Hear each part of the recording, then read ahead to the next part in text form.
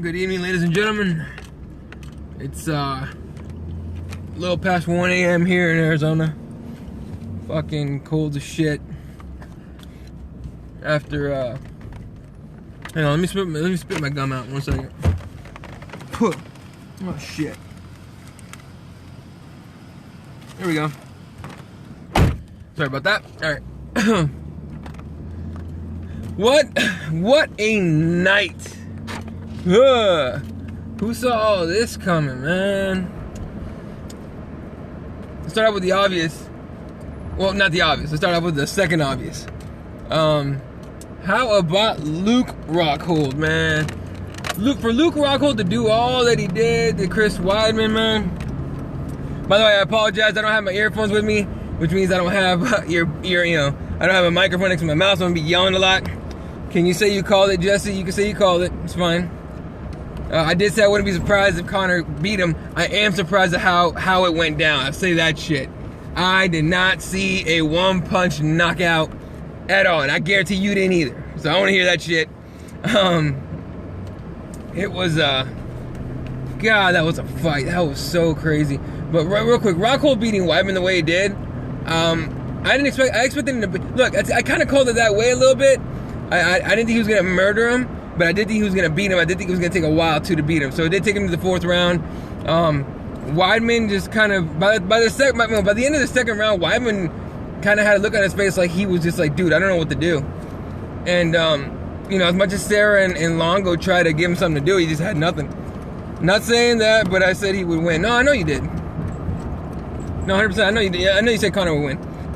And then, for Conor, man, I don't know how he does it. That guy is like a prophet. He fucking calls exactly how it is. If you guys watch the post-fight presser, he said, the first thing somebody in the media read to him what he said about how it was going to go down. It went down exactly how it went down. What if that fight happened in Brazil? Conor versus Aldo in Brazil? Can you say it would have been any different? Not any different. It would have, maybe, who knows, dude? Who fucking knows? The Brazilians did not travel well for this one, I'll give you that much. Weidman stopped listening to his corner fast. Yeah, Weidman panicked very quickly. Luckily, we bought the pay-per-view under my Fight Pass screen name, so I'm gonna watch the entire event as soon as I wake up tomorrow. So, it's gonna be, I'm gonna fucking check out it again too.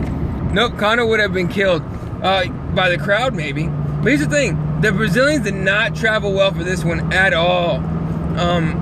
All the boos Aldo got coming into the octagon, man, when they announced his name, booing like crazy, the Brazilians did not travel well. So I'm not sure a setting as far as the fight itself goes would have been much different, or would have made a big difference in the result of the fight, maybe in the way the fight went down. But man, you gotta hand it to Conor. You gotta hand it to Conor McGregor. And I've been wrongly called a Conor McGregor hater. I am not a McGregor hater. I just thought Aldo would have done it. You see, Aldo's head coach didn't look surprised at the result. He didn't. But did you see the video of the guy next to him in the corner? As soon as Aldo lost, he burst out in tears. And then Demetrius Johnson behind him, his head popped up so fucking fast with this oh shit look on his face. Look, man, so many people were surprised at the result.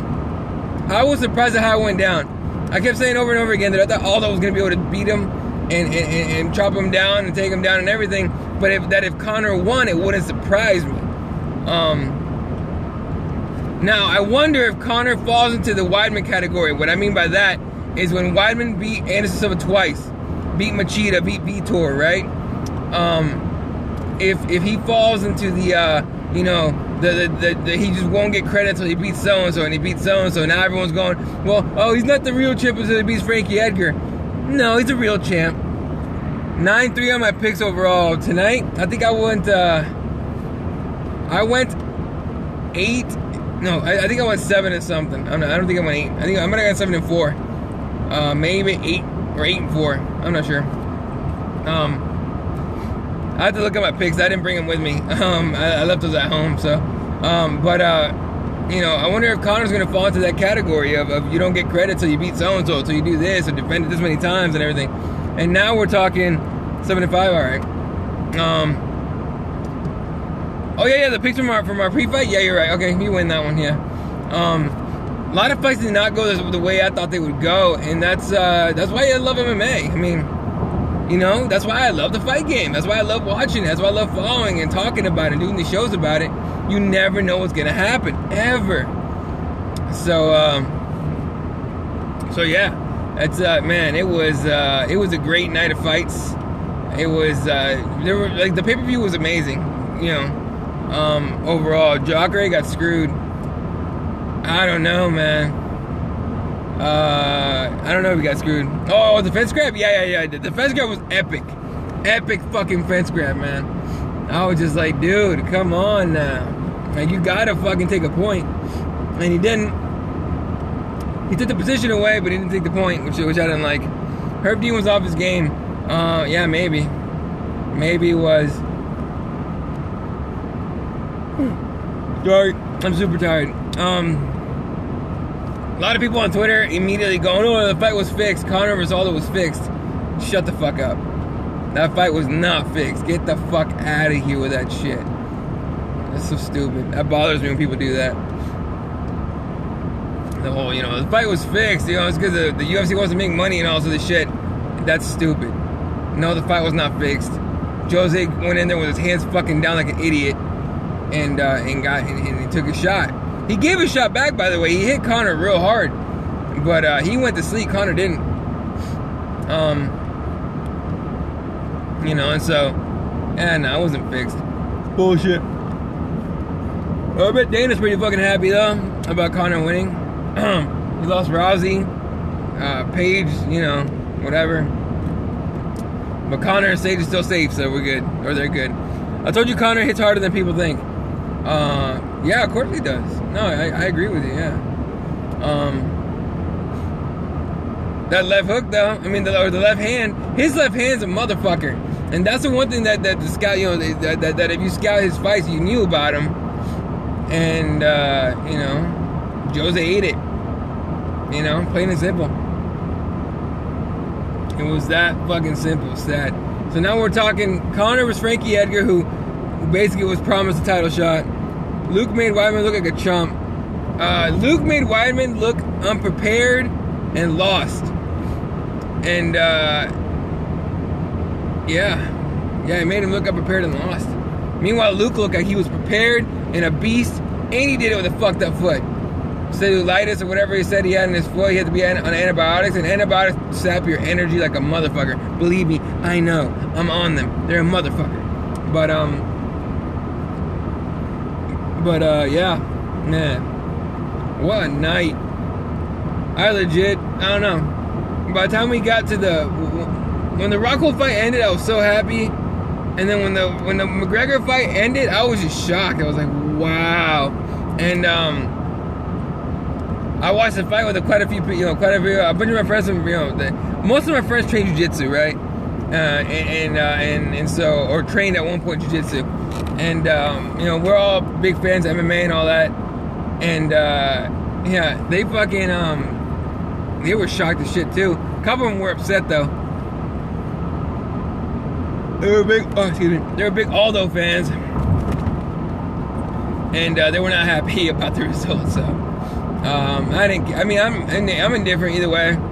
I didn't have a horse in this race. I just wanted a good fight, and we got a good fight. As much as Aldo thinks it wasn't much of a fight, that was a fight. Just like Rogan said, it started and it ended very quickly. So, you know, whatever. Aldo wants a rematch. I don't see it. I think I hope it'll be Frankie Edgar. If they make the rematch, then they make the rematch, whatever. The UFC does whatever the fuck they want at this point. Whether it's fair or not. I said Weidman was a winner by catching people on the downside, and he got exposed. Yeah, we talked about it. On the pre-fight show this morning, we were saying that he's fought a bunch of old Brazilians, you know, and Rockhold called that out too. And then he, now he met a young guy who's strong, powerful, fast, skilled on the feet, and in his prime, and a former champ on top of that, you know. No rematch. Edgar needs to get his chance. I'm with you, 100%. I agree with you. He deserves it. He deserves a title shot. Whether he gets it or not, who knows? Miesha Tate probably deserves a shot at Holly Holm. She's not gonna get it. It's gonna be Rousey. So, now the question is, does Conor stay at 145? Does he move to 155? In the post-fight presser, Conor says he's not gonna give up the 145 belt. That he will be a 2-division champ at the same time. That's really tough to do, and I think it's a little too ambitious. But you know, everything else he said he would do, he's done. So, you know, fuck. Who knows, man? With Conor, you just kick back and watch the show and see what happens. But I wonder if he does go up, he does, and Dana said he'll get a title shot. I think he's drinking his own Kool-Aid if he thinks that. Yeah, I think he's just riding an emotional high right now. And I think he's gonna. That's weird. He's gonna realize that that's not gonna work out for him. The fuck was that? Hold up. 1 second, sorry. My fucking middle concert just made a weird noise. Alright, never mind. Anyway. Oh fuck, I am exhausted right now. Like that 7 hours of fights and you know, man. What an event. Easily the best event of the year. 145 is his best weight. He is fast, efficient, stronger, and accurate. Yeah, I mean, I'm curious to see what he does at 155. So, I think the biggest difference is going to be fighting guys a lot bigger than him. Not a lot bigger. They're going to be either his size or bigger, and that'll be different for him. But regardless, they said Dana said that if he wins, or that if he goes to the 155, immediate title shot with the winner, Cerrone and RDA. And I would love to see him against Cowboy. I really would. How's Andy taking the potato gobbler and killing Aldo? I think maybe he didn't turn Andy into as a fan, but Andy respects him. I think Andy had a lot of respect for what Conor did. And then you'd have to tweet him and ask him, really. But but I think he said something like he respects what he did and everything, and he was impressed, but that he's still a potato goblin, something like that. I think is what I saw him on Twitter. What I saw him say on Twitter. That was funny. So I want to see Cowboy against McGregor. That'd be a fun fight.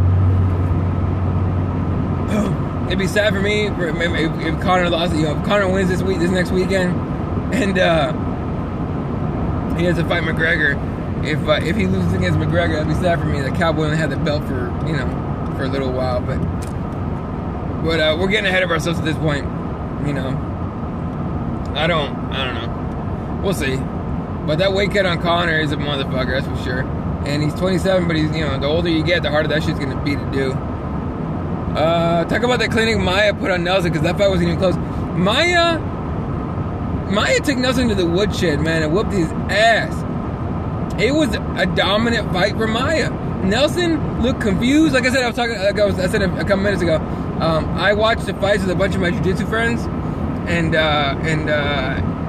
we were laughing, and we felt bad for Nelson, but we were laughing at Nelson because he looked confused. Some of the positions that are normal for anyone in the practice in jiu-jitsu, he looked like he didn't know what the hell was going on. Mind you, he did defend everything. So he didn't get subbed. He lost by decision, but Nelson should have kept on his feet. Nelson should have tried to keep his distance and fight. And instead, he got cocky, thought his jiu-jitsu could beat Maya's. He could have made his own dick, and Nelson would not be able to stop him. Yeah, exactly. Nelson had nothing, dude. Conor in the post-fight presser kind of hinted at Nelson having a really hard weight cut. That could be part of it. But I think this is all skill, man. I think Mayo is just that much better at jiu-jitsu, and he just, out-grappled Nelson. So it's it was what it was. I still want to see them roll in Metamoris or EBI, but if this is a preview to that, that'll be a sad little match. Speaking of EBI, tomorrow, actually, well, today, EBI, BudoVideos.com, get the pay-per-view, it's gonna be sick. Maya is much better than everybody. At Jiu-Jitsu, 100%. Maya's a fucking killer on Jiu-Jitsu. That's one guy I would not want to roll with. For sure, I get tapped quickly. One second. Yeah, I don't know. And then Yoel Romero beating Jacare, the fence grab. Yeah, it was harsh.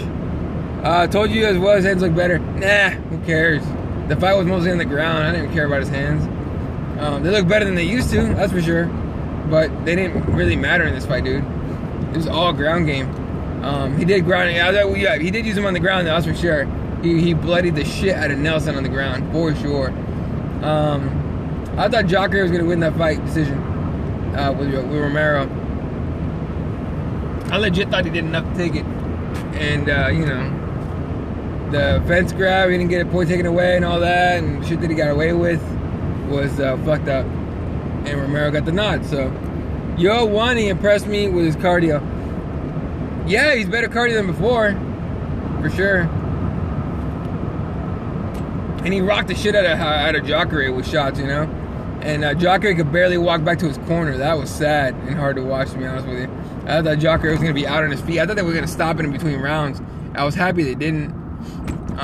But I thought for sure the ref was gonna be like, "Hey, wait a fucking second here. Sit the fuck down. What the hell's wrong with you?" You know.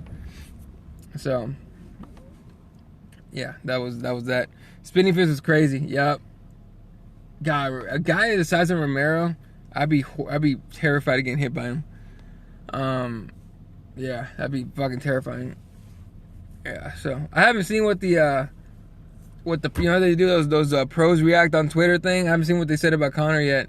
About the Conor Aldo fight. I want to look that up for sure. In a little bit. I gotta eat something. I'm starving. I'm gonna eat something and literally pass the fuck out. Tomorrow I start my training camp for Spartan race. So most would have been killed by the shot. Jacare is a beast. Yep. Jacare. I give both. Jacare gets 100% credit for surviving that shit. I thought he was gonna pull off that win though. I thought for sure they'd get him the split. But you know, Yoel Romero takes it. It's all good, man. I have no problem with either guy for winning. Although it looked weird from the jump, don't you think? Yeah, with the whole looking down shit was weird to me. For some reason, like, I think he always does that or something similar to that. But that looking down thing kind of weirded me out. I didn't think much of it at then, but now that you mention it, it was kind of weird. You know, and yeah, I don't know, man. Who knows? It's a weird thing to see, but it's also weird to see a guy that hasn't lost in 10 years finally lose. Yep, he never does that to that extent. Okay, well then there you go. I thought it was weird that he did it, but I didn't think much of it until you mentioned it right now. And now that I look back, I'm like, yeah, it was kind of fucking weird, wasn't it? Yeah, who knows? I'm starting to wonder if maybe he was, you know, that whole retirement thing was real, you know, and maybe he's, you know, whatever. I think they knew that this was not going to go his way. I don't know if they knew. I'm pretty sure the possibility was there. You know, but I don't think, maybe he didn't believe. I think maybe the retirement rumor was real. And just like we always say, you know, when you got one foot out the door already, you're asking to get, you know, for that to happen to you. And so, who knows? Who knows, man? Like I said, his coach didn't look surprised. That's telling. Yeah, but that guy's been around forever. He was there when Renan Barão got knocked the fuck, or got fucking clinic put on his ass by TJ Dillashaw. So, he's seen that shit happen before, just not in the manner that it happened tonight.